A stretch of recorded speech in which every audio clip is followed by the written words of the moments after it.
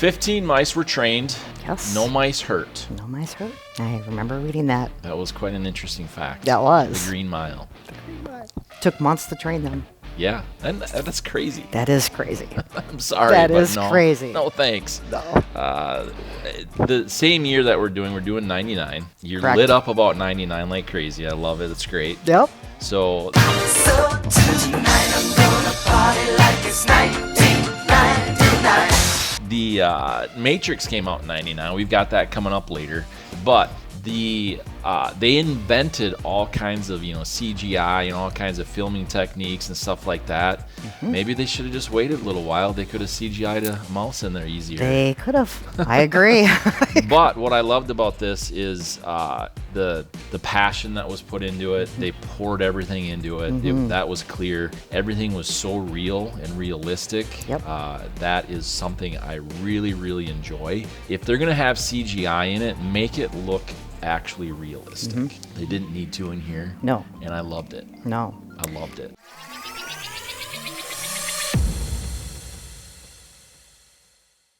This was a great.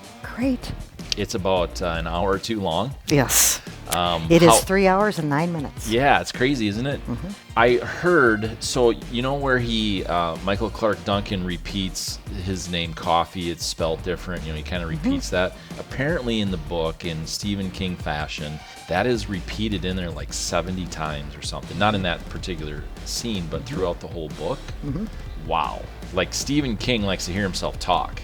That's wild. He does, and if I recall from memory, it was after a professor Okay. that he admired, Sure. that he threw Coffee, the name John Coffee. Sure. His name was John Coffee, so he made him a murderer. Made him kind of, but he admired. This person. Yeah. So he looked like a bad man, but ended up being a good man. So it's pretty interesting how Stephen King's mind is clearly messed up, but it is. He can write like no one else. Genius. They actually adapted about 30 of his books to movies. This is the first one That hit the 100 million. until It of 2017. It's crazy. Crazy. I love it. Yeah, pretty cool. Yeah, it's very cool. And I don't know if you knew this fact too, but Stephen King's son is a horror author in himself. Really? Bestseller, goes under a different alias Sure. to not bank on his dad's name, but yeah. he's up there too. Really? Interesting. What's his name? I blank in the name right now. No, I get it. I do that stuff all Blank the in the time, name too, right so. now. It was interesting too to me how they made, they didn't have any. They had trick photography is essentially all they had to make Michael Clarke Duncan look as big as he did Made against the them. bed. Yep. Yeah, bed shorter, camera angles. They dug a trench for Tom Hanks, and because David Morse, he's about Brutus. the same height. Yes. Because Michael Clarke Duncan's only 6'5". I mean, only, Only. but that's not that much taller in comparison to how the character is, when it was written. So it's really cool that they do those kinds of things, like, Harry Potter, as an example. That's not how they did it. Somewhat they did it, but Hagrid to make him look bigger, but they used different CGI techniques as well as trick photography. But Lord of the Rings, same thing. Same thing. Where they were picking up little people, making them look so much smaller. Smaller. Yeah. So I liked how they did some of those things, because then you can really see how clear the camera work is, and instead of having that, especially back in '99, there was sort of that fuzziness to CGI stuff. True. Back then. So I really enjoyed hearing how they did that. What I admired about this film is that it is true to the book. Sure. The book is spot on with the movie. Yeah. Well, we talked about The Shining, but after a couple of things that Stephen King sort of let loose and they weren't up to his standards, he was like, no more. Basically, he said, this is going to be something that I have control of. He was on set often. And in fact, Tom Hanks would stay in character when Stephen King would come to the set, so that he could get kind of an idea of what was going on and happening. I thought that was pretty interesting. And I like too that the director always made them wear the prison uniforms. Yeah. To stay within And one of the 1930s film, Yeah, but one of the facts is that prison guards did not generally have uniforms then. Yes, and that's something. 1935. Yeah, and that's something. Yeah, they would just wear their, street clothes, so to speak. And I'm sure you picked up this fact too, that the chain gang would not have black and whites Right, commingled. right. That would not have happened in 1930. Yep, absolutely. However, it's not clear on some of the history that I found whether or not the death row would. Because it's death row, it's a Death little row. bit different. You're walking the mile. than- Doesn't yeah. matter what race you are. Yeah. So I don't. The research wasn't clear on that point, but yes, absolutely, the segregation was enormous. Obviously, they're gonna at that time, blame anybody of color for anything that they could. It's interesting how they revealed who actually did it. God's miracle. But yet nobody really knew. No. He just it was pretty wild how the storytelling in this was just the nuggets were dropped at the right time, right places, the right strength. Yep. I really enjoy that. What I really enjoyed also how the movie played out was the fact that it had an all-star cast. Yeah. Like, wow, Yeah. all-star cast. I love David Morse. I don't think he gets enough credit for the stuff that he's done. He's too mild-mannered, like as a person. Yeah, He doesn't put himself out there like He does should. not. I enjoyed watching him in the old ER. I enjoyed watching him in The Rock. So many films Absolutely. that he's kind of like he's one of those great supporting actor roles. Yeah. Never enough to go forefront to the Right. lead, but great supporting role. Somebody once told me that a good business, if they know that they're let's give an example as in our area, let's give Quick Trip as an example. You can't beat Quick Trip in our area as a overall convenience store, right? Their food, their fuel, their everything. What you can do though is be the best second in town. It's going to be hard to beat that. But be the best second then. And that's David Morse for me. Like, he is the best second. He is. He's not that leading person, but he is a really, really strong support. It's kind of what my boss told me, my boss Jack. A good CEO doesn't need to sit back and do anything. Right. He has his people, He the right knows people. how to pick and and cultivate and absolutely. Yep. However, can you really pick a main character in this film? I can pick the ones that I really admired the most out of all of them. Sure. I have a favorite, and that would be Michael Jeter. Okay. Edouard Delacroix. Okay. I thought he was funnier than heck. Yeah. And I loved what he had to do to get his Cajun accent. Sure. Another one of those method actors that Yeah. immerses himself into that role. Yeah. Graham Greene is in there too, played the great Indian. Yeah. In this film, there are so many greats. There are. I think that when the way that this is written, as far as it's matching the book, there's no main character. There's no main protagonist. No. It's just there's so many powerful lead characters in. There's an antagonist with for Billy, sure. Absolutely. but yeah, they're all on equal footing. Yeah, you look at David Morse's character, Tom Hanks' character, Michael Clarke Duncan's character. Gary Sinise, Yeah, absolutely. Bonnie Hunt. Even all though of them. they're small roles, they're very powerful roles in the film. And Very much. certainly, Percy, what was his name again? I can't remember it now. Who played Percy? That was a very prominent main character as well. As shitty of a And- person as he was, Yeah. as shitty as he was, he pulled his role amazing. Yes. Loved it. And one of the trivia facts too is that to make him even more annoying, they made his shoes squeaky. You can act. Yeah. But you know what? He played that role. He took that role knowing he was going to be the bad The bad person. good. The bad. He was yeah. on the good side of yeah. I thought he brought a lot of flavor to, and even James Cromwell is the warden. Yeah, that was a very powerful character. Oscar in winner, this. Yeah. Oscar winner, but taking a smaller role. Yeah. And there are quite a few Oscar winners in this cast. Yeah, absolutely. And what's interesting too, when they're coming off of Shawshank Redemption's flop, that was a massive flop when it came out. I don't know if you knew or remembered that, It was. but it was such a big flop. it gained later on. It basically, I think TNT's accredited for making it, The American movie classics, yeah, kind of. Yeah, that's why it ended up getting the traction that it got. Obviously, when it comes out on VHS, or when it did, I should say, that had a large part to do with it as well. But it did not.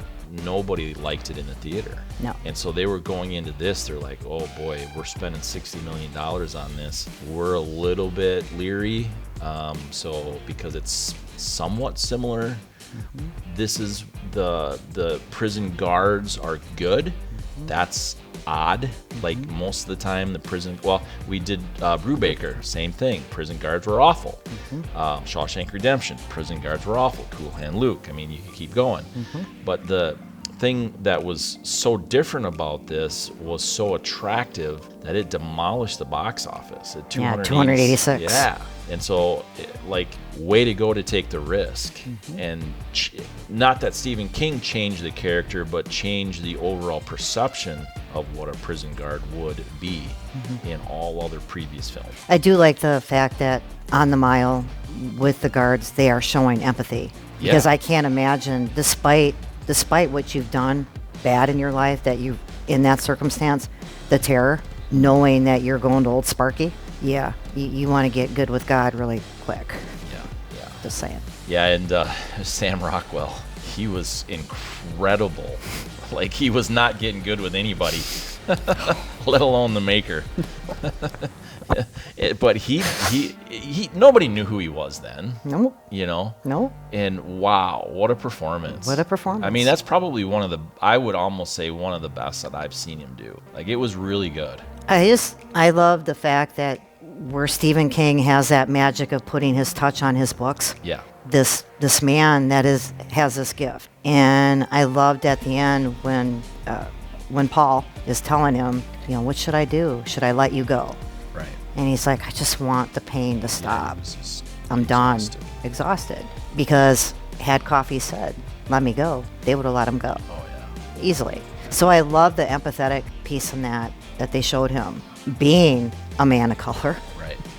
And what I liked about it is that race didn't matter to them. Yes. You're a man, you're on the mile. Yep, So, exactly.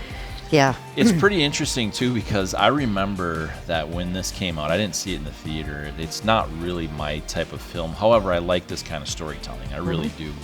But when it gets to be this lengthy, that's a struggle for me with that kind of, if you're looking at Lord of the Rings, where you're looking at complete fantasy film, that's more intriguing to me at that kind of length than something like this. But with that said, when it came out, I remember all kinds of people saying, oh yeah, this is based on a true story. I'm like, what? Where do people come up with this stuff? Like, I remember, and so I had to look. And in '99, the internet wasn't all that powerful. No, it was not. No, and so it was really hard. Broadband, dial-up. Right. You've got mail. Exactly. You had to really. I mean, it was really hard to look, and so people would just keep saying that, and it's like you finally figured it out. It's like, no, this is a Stephen King book. It's not even close to a real story. I think for me, and I don't know if you've kind of noticed the trend, I tend to love the prison type shows. Yeah, absolutely. I loved Alcatraz. I love Shawshank. Love this one. I love Shawshank as well. Brubaker, Cool Hand Luke, all of them. And did you know that Harry Dean Stanton played a convent in Cool Hand Luke, and then oh really? And then 32 years later plays a convent in The Green Mile. Really? No, I didn't know that. 32 years apart. Wow. Yeah, he was a convent.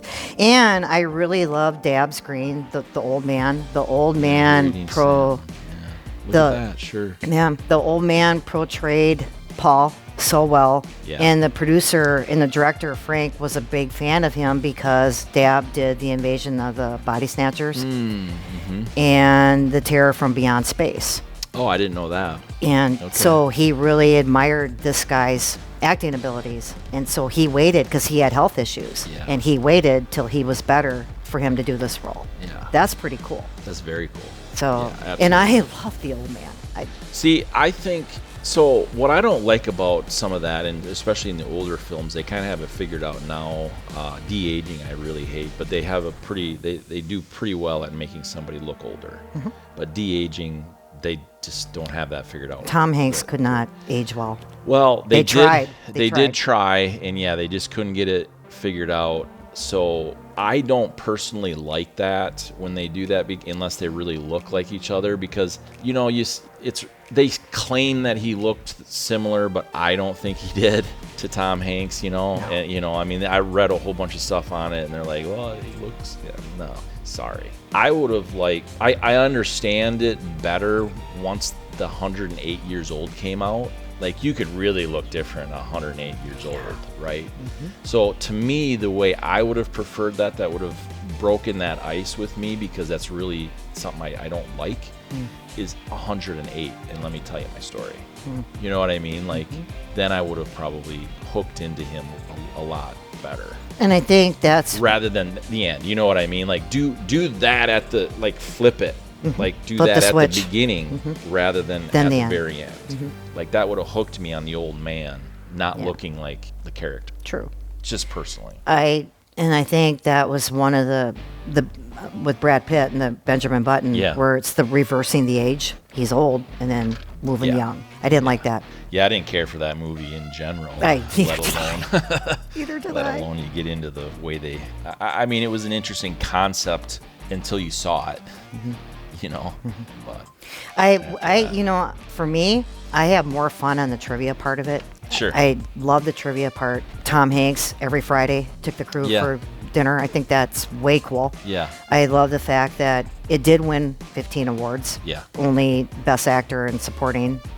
I wish it would have won more. I think it could have won a lot more. It was a powerful film, but it was up against a lot of really good other things as well. When we were looking through 99, I mean, that was hard to pick the 12 that we've picked so far. Pretty hard-hitting year. One more, yeah, absolutely. I can see why you're so excited about 99. And I really love the fact that they did pick Hanks, because there were so many other actors they wanted to pick that applied for it, like John Travolta. Kevin Costner. That would have been awful. Richard Gere. I could see Kevin Costner. Jeff Bridges.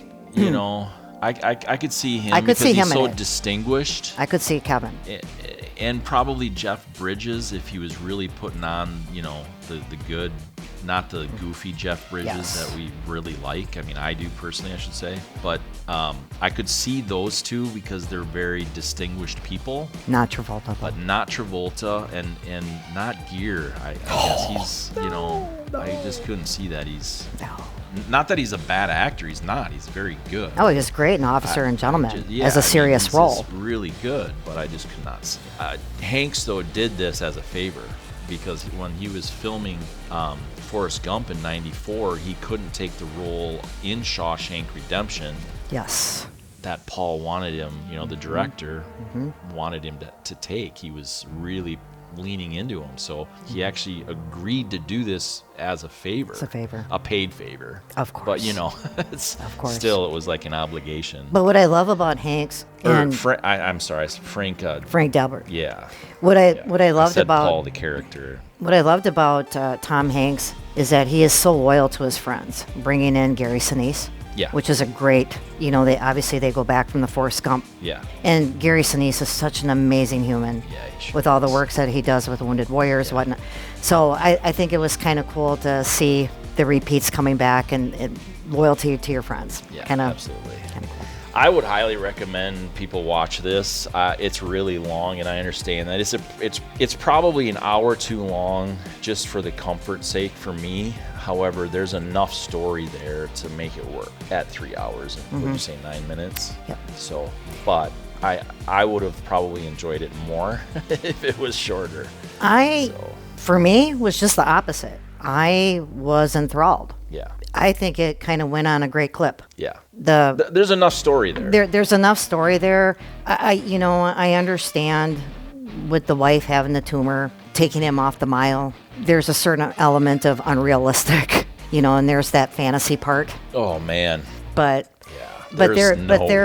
you're right. They probably could have cut it up an hour. Yeah, just a bunch of the scenes were a few minutes too long. You could still tell the story with those scenes and not have them as long. One of my all-time favorite scenes is when he's going to see a picture show Yeah. and seeing Fred Astaire and Ginger Rogers. Yeah. And just to see that look, where he's ready to cry. And then, of course, in the beginning, when Paul has that recollection of him and he's crying. Right. I got to get out of here. Right. And you don't see a lot of movies where they're portraying men crying. Right. Men are supposed to be tough. Right. You don't cry. Yeah. Yeah. So there's just so many elements of this that really kept me going. Yeah. It was like, oh crap, it's over. Yeah. So No, I can understand. There's enough story there, but I would have enjoyed it more. this is definitely one that will always stay in the vault. It will always go down in Hollywood history. With kind of sad that Michael is gone. 54 years Yeah. old. That's crazy. Crazy. So life too short. But I really enjoyed the amazing cast. They all brought something to it, and you're absolutely right. They're equals. Can you imagine if Shaquille O'Neal would have taken the role? Yes. He was presented the role. Yes. No, just wouldn't have worked. I mean, Well, another one, Vang Thimes, was also wanting this role as well. Really? Mhm. Okay. Yep. I didn't see Yep. that. He's wanting this role as well. Sure. So, but They yeah, offered it to Shaq though. they did. Yeah. They did. But but I think Michael was the best Oh, yeah. for this. Yeah, I agree. Absolutely. I mean, he just has the look.